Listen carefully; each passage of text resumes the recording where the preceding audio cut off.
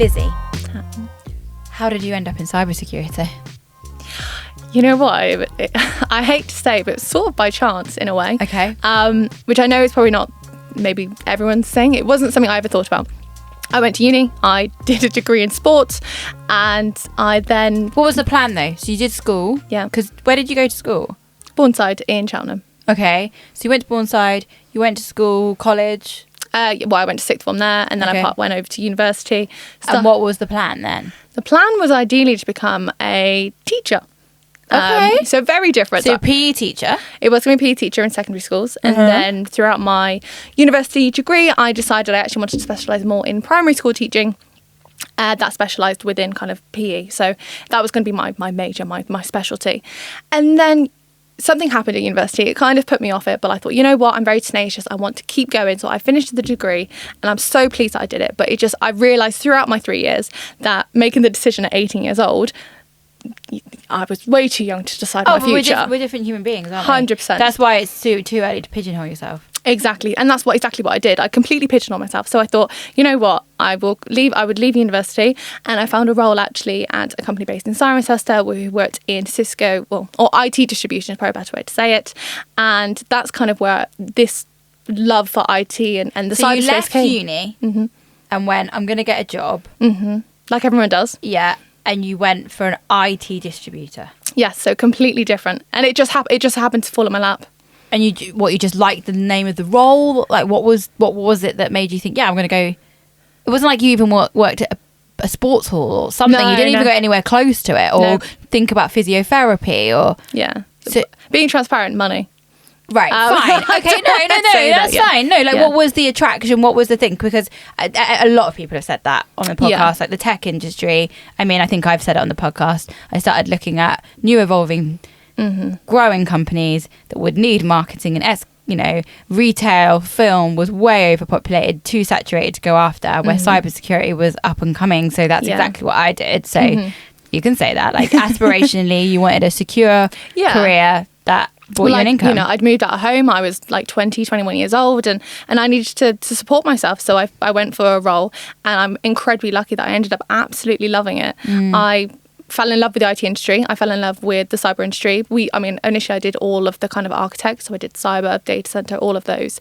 And then I found myself kind of drawing more so to the security space. So then kind of fast forward quite a few years, I then moved into a cybersecurity company based in Gloucester and absolutely loved it there. They kind of they focused on like managed SOC. So it was my first real exposure to how vast cybersecurity is. I realized when I was in IT that you think you know what security is, but cybersecurity is completely different. Yeah. And it's such a vast kind of space, but it's so it's so fascinating, and it's continuously evolving. And don't get me wrong, it's hard to keep up, I must admit, but that's why it's amazing having all the kind of, I want to say, the specialists and professionals around you, because they are always around to help you, to keep you up to date, because it is moving so quickly, and I really enjoyed that. So I kind of started there, and then and then I obviously joined Core to Cloud, and I've had the best 5 months, to be honest with you, so far. So yeah, I'm really enjoying it, but I just love the challenges that cybersecurity faces, and I think it's really, I want to say, gratifying to help companies and end users and just people in general to I guess, if when they've got a problem with something that's so complex, I really enjoy kind of helping them to feel less like they're a duck, like they're a swan, kind of like just floating around, but having kind of And we're talking to all the women in the company because we're trying to encourage diversity in the industry, whether that is women, but we are passionate about that because it's for International Women's Day, but in all walks of life. For your experience, was it very male dominated? Did you have female, did you have mentors around you, or did you find that it was very male and that was kind of your roadmap?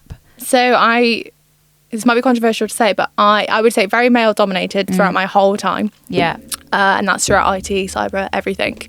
But on the operational side of the businesses is usually where I find the females. Yeah. And I actually had someone say to me once that it's because women are apparently considered, logical and organised, and that's why they fit operational roles better. And is actually one of the reasons why I really, really enjoy Core to Cloud, which I actually think is a bit different from my previous experience, because we have two incredibly strong women. Obviously, one being yourself. We have two incredibly crazy, one or the other. But we have two incredibly strong, strong independent women in the C-suite, which is not something you see in a lot of companies. No, not in my experience. Not in the majority of kind of, especially older companies, I want to say as well, because I think we're fresh and we're new. It's fantastic to see, and it's actually really kind of inspiring to see these women who are not just in operational roles because they're organised and they're really good at being logistical. They are in these roles because they are damn good at what they do, and it doesn't matter about their gender. And I love that. Oh, without a plaque, Lizzie. Yeah, no, and it's good, and it's also really exciting because now we've actually got a woman in the tech team, so it's like balanced out that actually every department now is nearly 50-50. Yeah, I mean, CS there's only two of us, but it is 50-50. But it is 50-50. Yeah, it is 50-50. There are definitely less women in the technical space, as in when they are even technical. in the sales, actually. Yeah, even in sales. And I don't know why, to be perfectly honest with you. I actually wouldn't be able to pinpoint exactly why. It could be a lack of mentors. It could be because it is just the norm for it to be a guy. I really don't know. But I think also it goes back to, I don't know if it was a campaign, I think a couple of years ago that it was all over LinkedIn, but think of a nurse. Yeah. You think of a woman. You do. Think of an owner of a business. You think of a man. Yeah. And those are things. But I think it's a role model thing. Yeah. I mean, as a child, my family, even with my family, my mum gave up her career in Barclays and my dad. Okay. So that was that's my driving force. Yeah.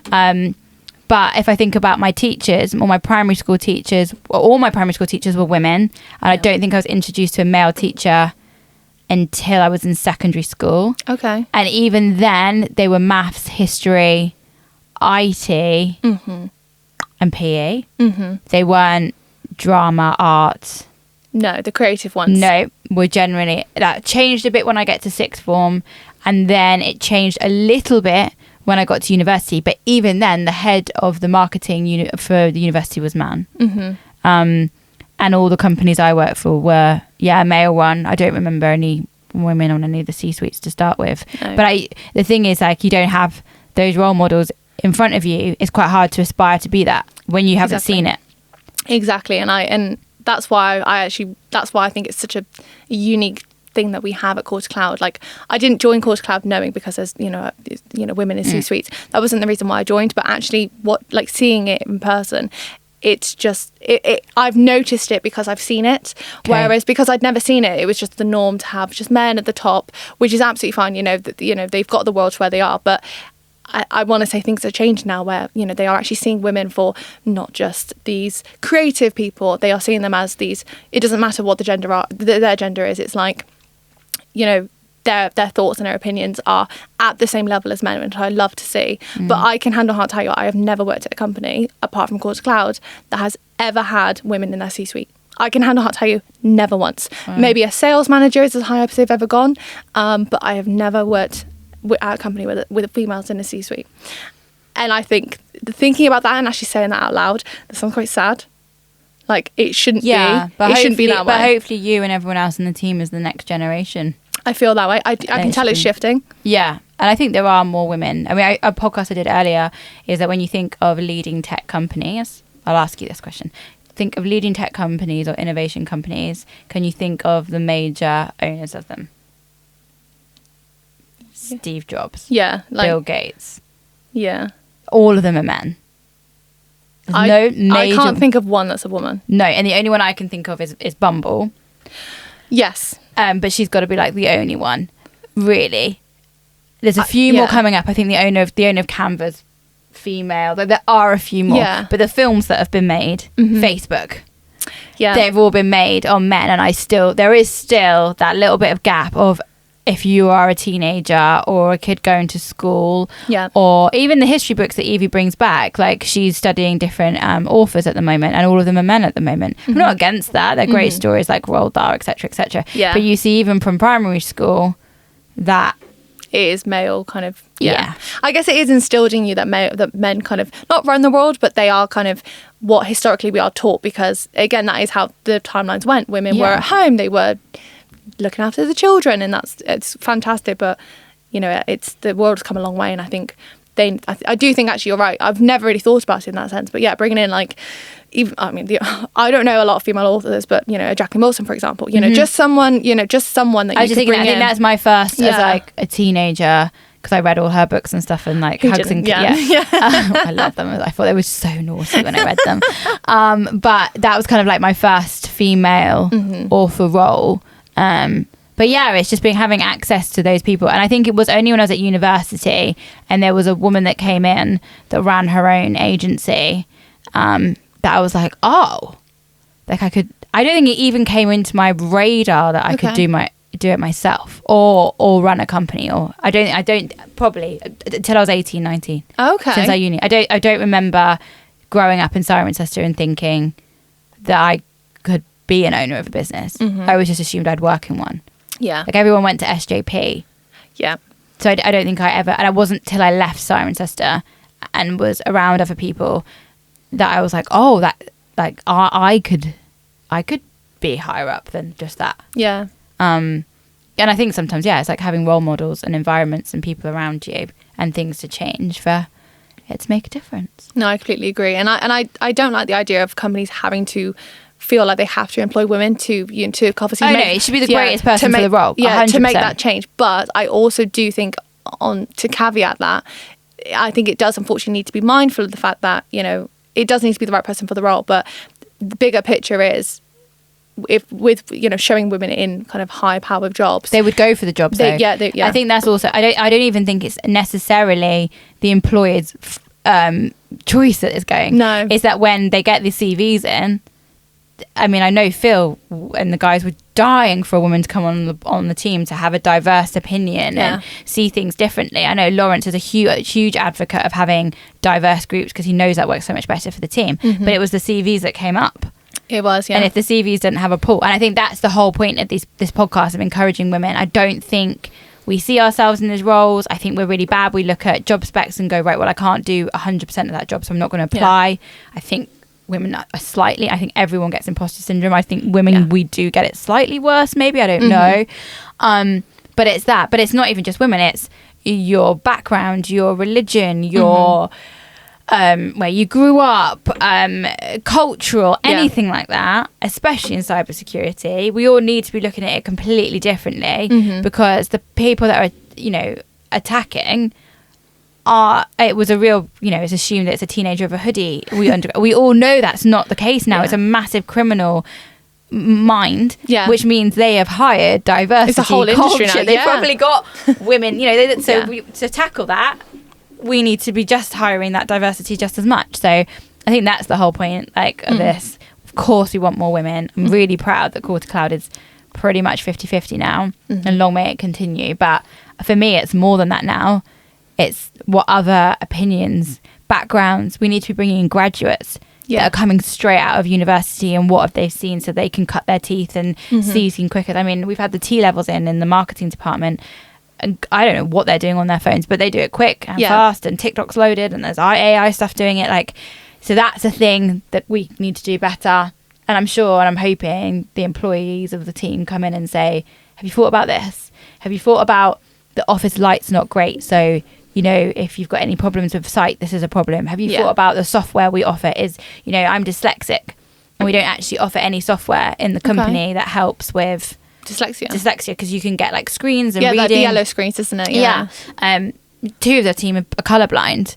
Have we thought about that and the impact of their day? There's lots of different things. I mean, I'm a big passionate menopause.